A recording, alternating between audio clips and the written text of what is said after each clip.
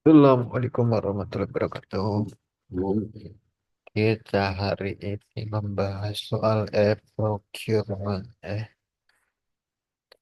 Ini merupakan sub bahasan dari supply chain management yang termasuk dalam aktivitas supply chain management. Kalau bahasa Indonesia nih pengadaan gitu ya, pengadaan. Ya.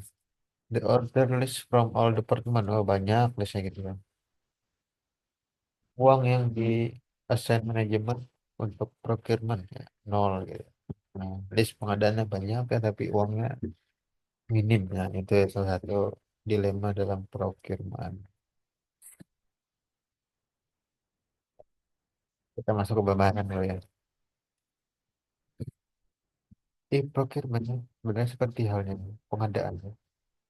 Kalau mungkin teman-teman masih tahu lah ya pengadaan yang udah semester 6 itu pengadaannya. Nah ini procurement ini sebenarnya menitik beratkan pada transparansi ya. Transparansi dan mentransformasi yang sebelumnya pengadaan itu atau pembelian barang-barang itu. Pengadaan dulu deh, pengadaan itu kan kayak misalkan perusahaan itu perlu pulpen, nah itu perlu ada pengadaan. Perusahaan itu perlu punya laptop ya buat admin misalnya, perlu tab gitu ya buat kasir. Nah ini masuknya ke pengadaan. Nah kegiatan pengadaan tersebut dikategorikan dalam procurement. Nah kan sering tuh ya pengadaan ini jatuhnya ke sejenis nepotisme ya teman-teman. Nepotisme. Jadi perusahaan mau mengadakan laptop misalkan, kita punya kenalan laptop ya, dan kita yang ngurus pengadaan laptop tersebut. Nah kita pakai teman kita gitu ya. Nah, jadi vendornya kita yang milih ya. Tapi karena ada e-procurement ini,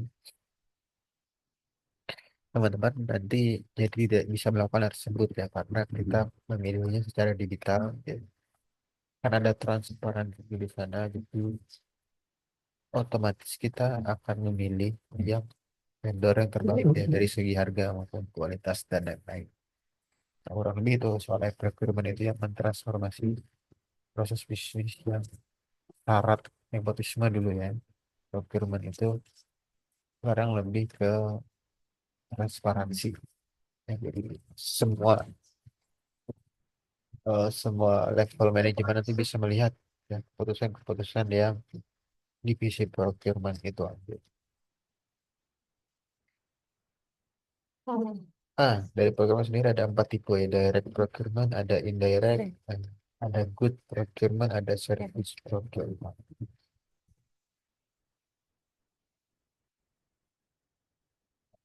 Mungkin bisa baca sendiri ini ya untuk hal ini. Ada pembagian yang soal procurement.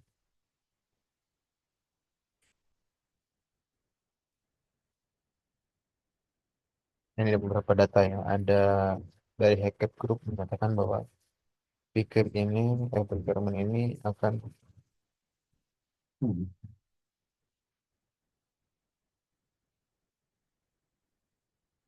mengirit ya, mengirit token perusahaan sampai ke 18%. Masuk akal eh, karena ongkos riset ya hilang gitu ya. Karena ada e-procurement jadi ongkos riset nggak perlu lagi karena nanti vendor-vendor langsung apply di website yang kita punya ongkos riset terus potensi-potensi KKN korupsi kolusi nepotisme itu akan berkurang juga. Itu akan menghemat banyak sekali. 18-11% ini saya yakin sangat masuk akal ketika teman-teman menerapkan e-procurement ya berbasis website, berbasis aplikasi maupun berbasis platform lain.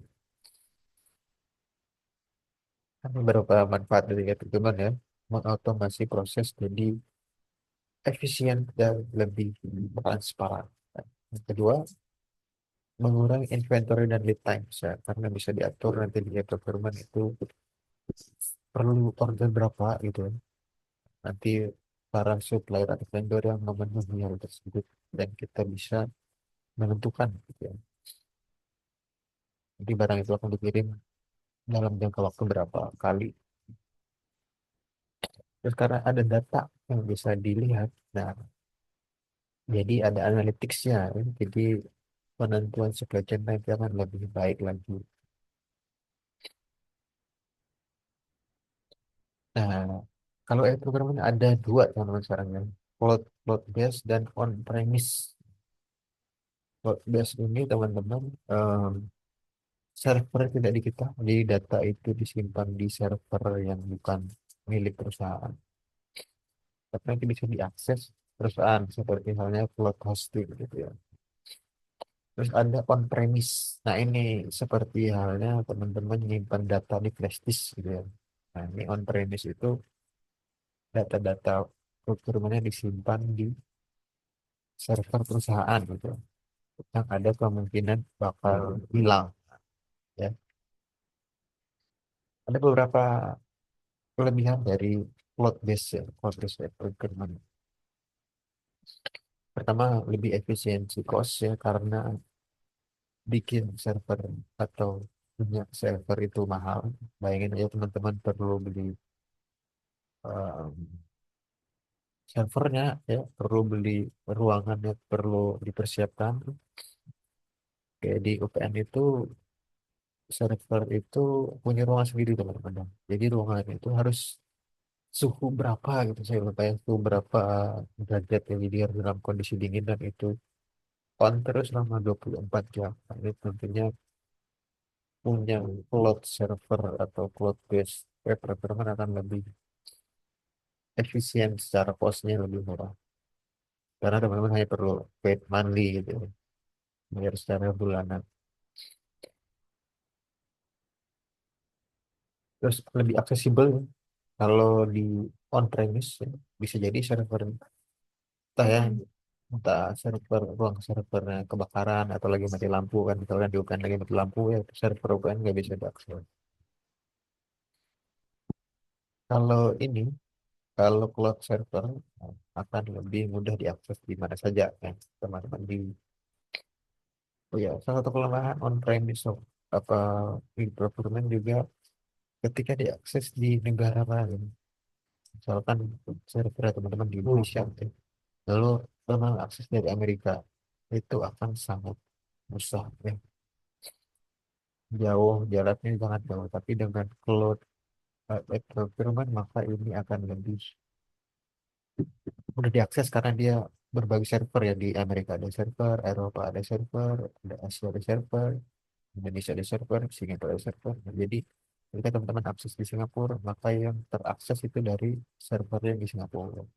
Jika teman-teman akses procurement dari Eropa, maka yang akan diakses dari server Eropa. Tapi datanya tetap sama, ya. In sync gitu ya, tetap sinkronisasi antar server itu, datanya sama. Hanya server yang digunakan untuk mengakses itu yang lebih dekat dulu, lebih aksesibel. Terus dari scalability juga ya. Kalau on-premise and premise procurement yang punya server sendiri teman-teman, kalau bisnisnya berkembang dan perlu menyimpan lebih banyak data, maka ini akan jadi PR ya.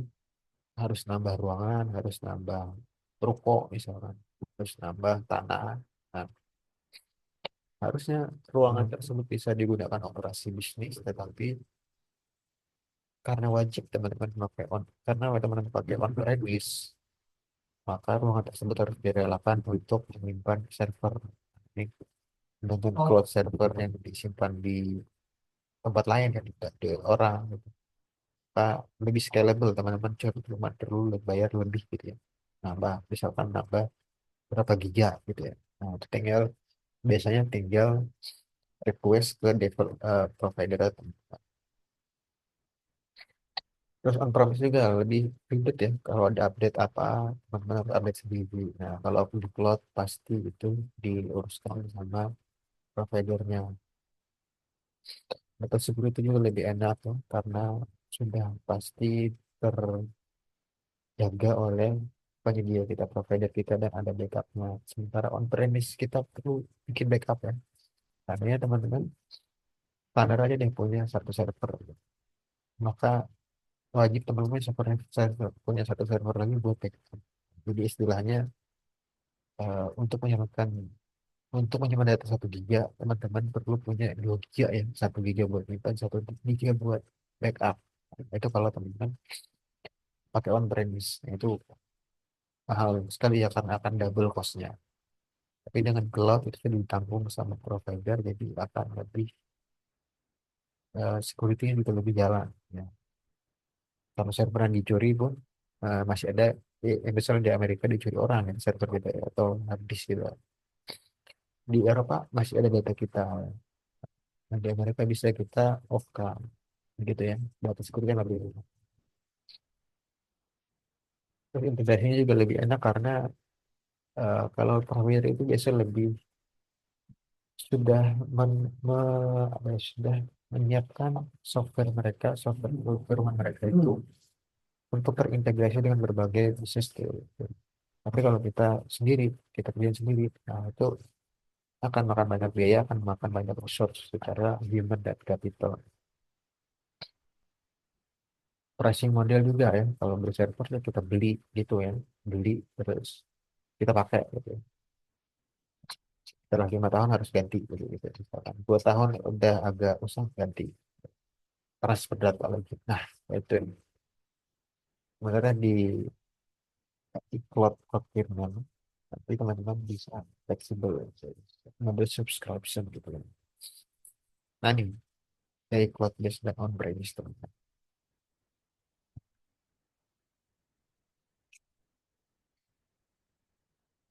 Nah, sekarang kondisi di dunia ini menuju ke seluruhnya cloud based. Ya. Kalau bisa space-space atau ruang-ruang di perusahaan kita bisa kalau bisa dialihkan untuk bisnis operasi yang lain. Karena faktanya hanya 20% dari ini perusahaan Amerika ya, artificialnya data di perusahaan Amerika. Perusahaan Amerika itu hanya 21% yang memakai chef, apa procurement on premise ya, server. Misalnya memakai cloud base ataupun kombinasi antara dua. Kalau saya merekomendasikan teman-teman misalkan jadi manajer di perusahaan lebih baik semuanya cloud base ya. Jadi apa yang bisa didigitalkan itu lebih baik didigitalkan, dan digitalnya kalau bisa di cloud gitu. Jangan digital tapi masih di misalkan di PC perusahaan misalnya gitu. Excel masih di perusahaan, Excel masih di PC perusahaan. Simple Excel itu lebih baik disimpan di cloud ya, sejenis Google Drive gitu ya. Nah, jadi walaupun sama-sama digital, tapi tetap cost itu akan lebih mudah jika secara aksesibilitas, cost efisiensi, teman-teman akan lebih efisien menjalankan bisnisnya di cloud.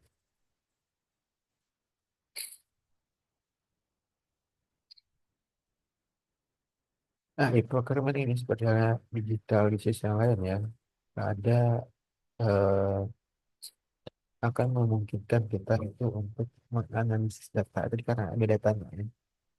Jadi secara supply chain itu akan lebih efisien. Nah, tadi disebutkan ya, bisa mereduce cost ya tadi 18% kan. Gitu. Nah, juga mun- enaknya lagi kalau teman-teman memakai server procurement di cloud itu biasa mereka sudah menyiapkan datanya.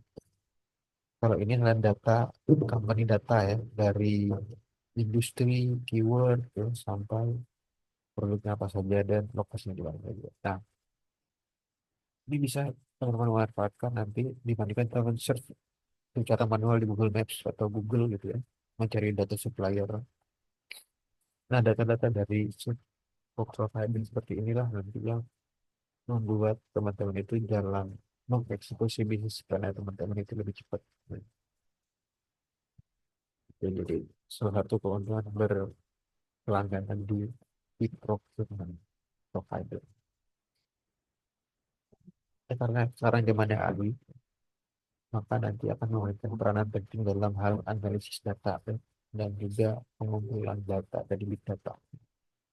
Ya, misalkan dulu Kalau yang tradisional banget kita harus keliling ya untuk cari supplier.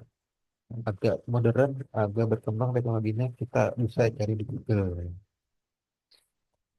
Agak upgrade lagi kita bisa scraping data ya. Mana-mana yang scraping itu ya, mengambil data dari Google.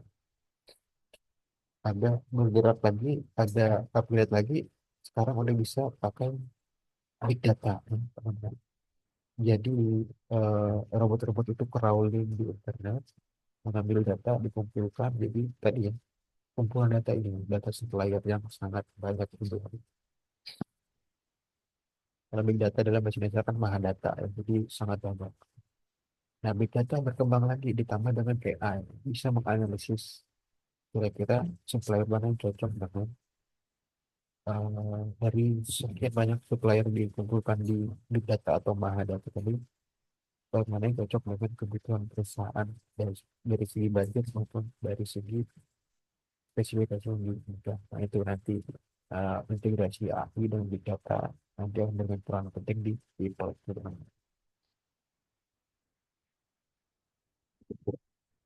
Ya, kurang lebih itu saya cukupkan nanti untuk evaluasi saya kirimkan ada form evaluasi teman-teman untuk selama selama 3 minggu ini berkuliah sebelum MTS kira-kira apa yang perlu diperbaiki dan oke, terima kasih. Assalamualaikum warahmatullahi wabarakatuh.